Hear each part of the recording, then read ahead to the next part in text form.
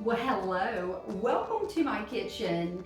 I am so excited about sharing this with you today. Valentine's Day is almost here and I have the most perfect, delicious, decadent, rich, and easy dessert for your romantic evening at home. Now, I happen to think that the most romantic evenings are the ones that we create right here in our own house. It doesn't take but a little bit of effort, and you will have just something that will wow your special someone. Now, I'm starting with 4 8-ounce ramekins. If you don't have ramekins, you can definitely use a muffin tin. If you do use a muffin tin, then this recipe will make 6 desserts. These are really rich and decadent, so a little goes a long way. I would say that one of these is perfect to share with whoever you're making it for. Now, the first thing I'm going to do is spray my ramekins with some nonstick butter spray. You could definitely use butter, but believe it or not, the nonstick spray works better than butter. The last thing that we want is for our ramekins not to give us our cake back. If all else fails and they don't come out, just eat it in the ramekin. But this makes such a beautiful presentation. Definitely don't want to do that. These are perfectly coated, and now I'm going to coat the ramekins with some cocoa powder. Now, you could definitely use flour for this, no problem at all. But I like the cocoa powder because it gives it just an extra boost of chocolate. And one can never have enough chocolate. Oh, not in my world and not in my husband's world. We are both chocolate lovers. Now, I have got this all on the bottoms, and I just want to take a little bit more and put on the sides. Ooh, that's a lot. That might be mine. Just go all along the sides here and make sure that you get it good and coated. I've lined my baking sheet with some parchment paper because, as you can see, this is a messy job, and the parchment paper just keeps it a lot easier to clean up. And especially if you're doing a little entertaining, the less cleanup you have, the better, right? If you catch my drift. Okay, now I've got these done and I'm going to set them aside. We'll get back to those in a minute. The next thing that I'm going to do is get started on my eggs. This recipe calls for 4 eggs. And I've got my eggs at room temperature. That's important because we're also going to be adding some melted butter and chocolate to these eggs. And so we don't want to use cold eggs because if we do, then that chocolate and butter is going to seize back up. We want it to stay nice and soft and melted. So let's go ahead and add these. Got, like I said, 2 whole eggs. Now I do have a trash can back here. Now to separate, get the rest of that chocolate off my hand.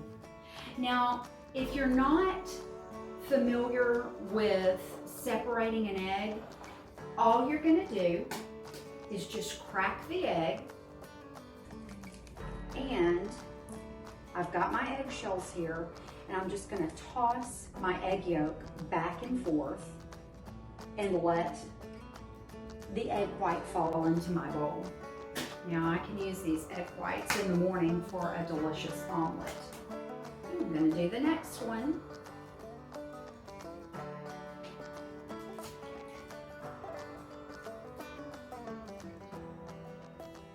Just toss it back and forth like that, and in it goes. Now, the next ingredient I'm going to add is a half of a cup of granulated sugar. That goes right in. Let me set these egg whites aside. Now, what I'm going to do is mix this until this is a light and fluffy, creamy mixture. Now, you can use a whisk for this, but I strongly suggest that you save your energy for later and grab your mixer. I'm not going to bore you with watching me mix this. It's going to take about 3 to 5 minutes, and I'll show you what this looks like when we're done. These look perfect.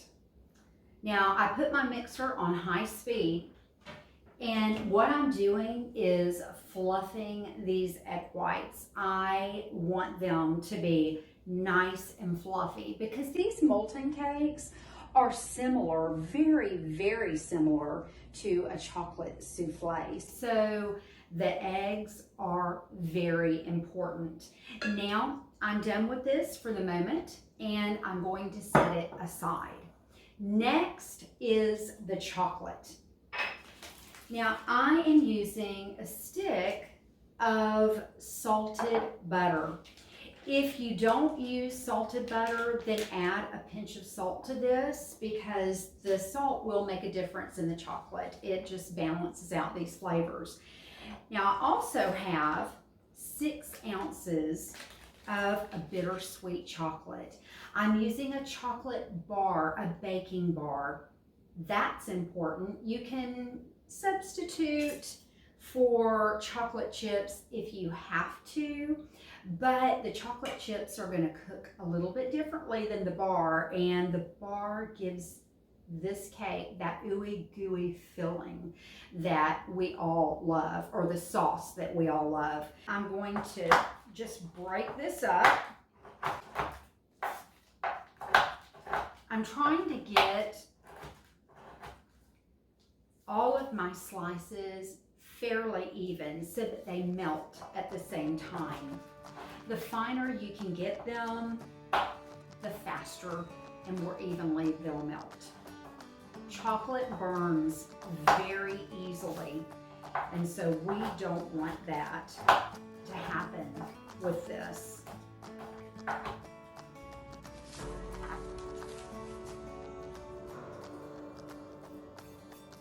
Just right.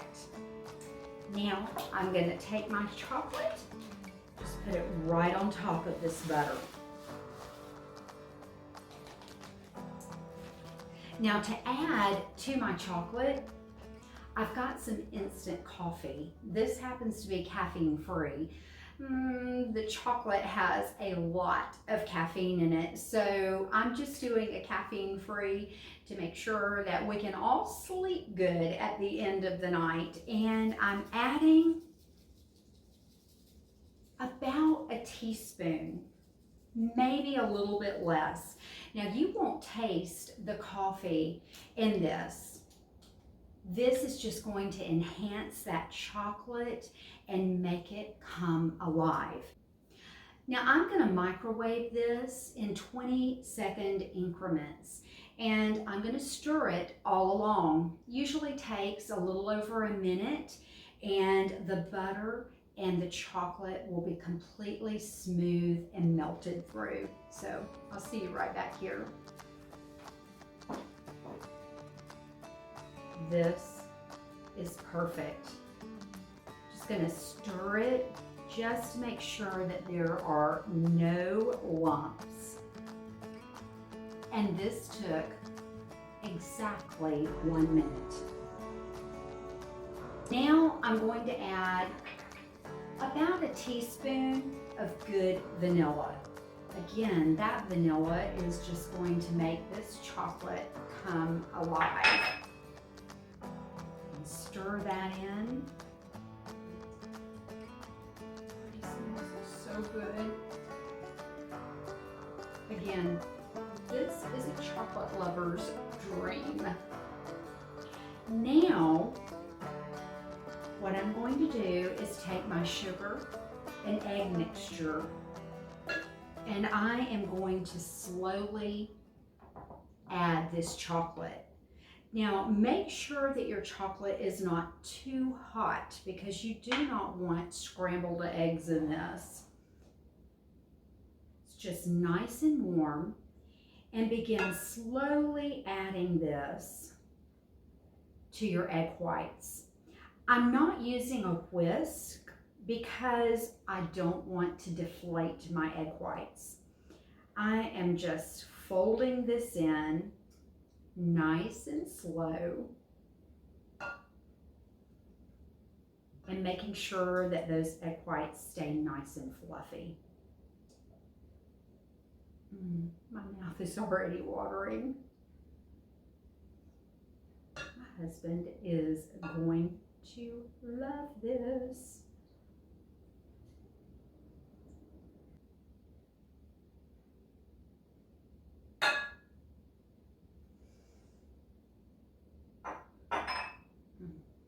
I don't want any of this to go to waste. I'm going to continue to just gently fold. And the more I do, the darker this is going to get. If you have never made one of these chocolate lava cakes, you are going to be so impressed with this. And I guarantee you that it will beat, hands down, any of those that you order in a restaurant. Okay, I think that's perfect. Now, I've got 1/4 cup of all-purpose flour, just plain old all-purpose flour, not sifted, just right into the mix. Now, we want to continue to be gentle with this and fold it in. Just mix it until all of the flour is mixed in. Try not to use a whisk if you don't have to, because the gluten in the flour starts releasing. The more you do to it, the tougher it gets, and we want these cakes to be light and fluffy and airy, not tough and dense. Perfect. All right, let's get the ramekins. Look at all this ooey gooey chocolate at the bottom. That's going to be so good. Now I'm dividing this obviously into 4, and I am going to eyeball it. And I'm going to fill them about 2/3 of the way up.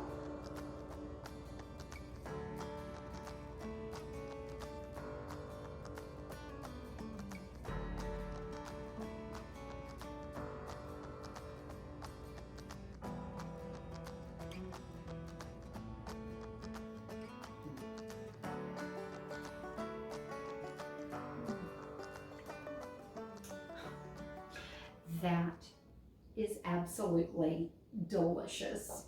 Just didn't get any better. Now, you can stop at this point. If you make these ahead, just put them on the counter and let them sit for a little while until you're ready to bake them, because they bake up in anywhere from about 8 to 12 minutes. It goes really, really fast. If you want to make the batter the day before, put it in the refrigerator and then store it. Bring it out about an hour before you're ready to cook it and let it come down to room temperature, and they'll be ready to go. My oven's preheated to 425 and it's ready to go.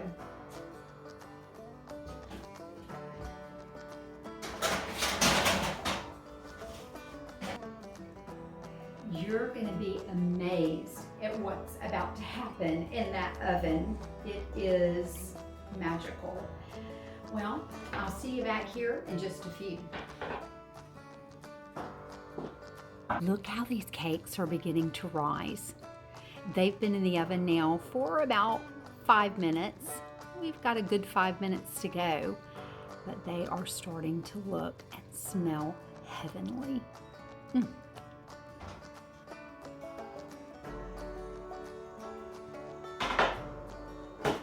These look perfect.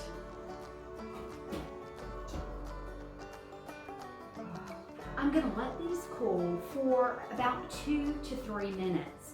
And as they cool, they're going to come down just a little bit. Again, these are like souffles, so they're gonna puff way up and then they're gonna go back down just a little bit. Ooh, see how soft that is? Perfect.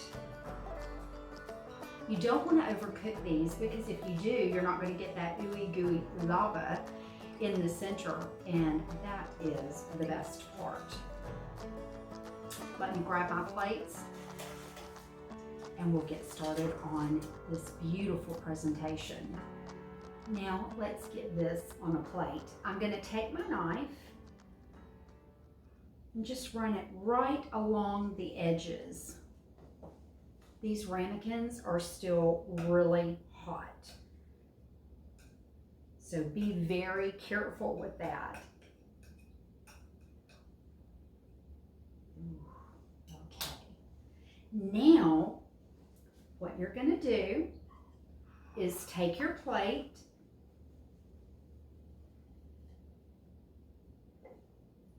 put it on the top of your ramekin. I just slide it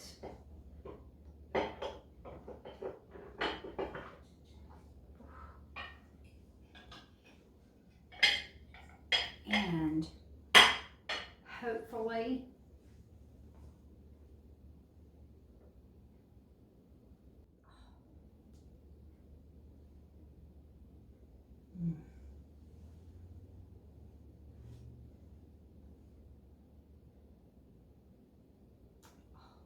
this looks beautiful. I'm just going to set this over to the side, and there's nothing better than a little ice cream to go along with this chocolate cake. How good does that look? And let's get one of these strawberries, and to make a really pretty presentation, I'm going to make a few slices.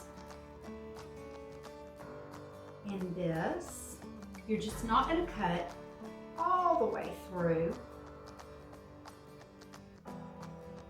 and I'm going to fan that out. Who would not want this delicious dessert? Now, last but not least, let's make it snow all over. I like to get a little bit on the plate too. Just looks pretty. Now, let's go in for the bite.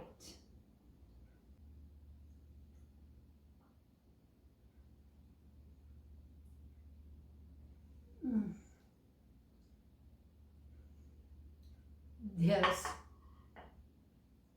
is absolutely spectacular.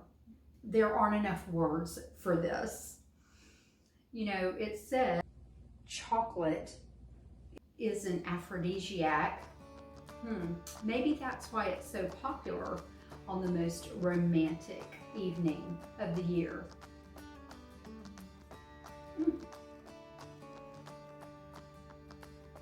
I think that my husband and I are going to have a fantastic night. By the way, I want to let you know that the recipe is below in the comments, or if you're watching this via YouTube, check out the very end of the video and I've got the recipe printed out for you. You are a blessing to me. Blessings to you and yours. Happy Valentine's Day.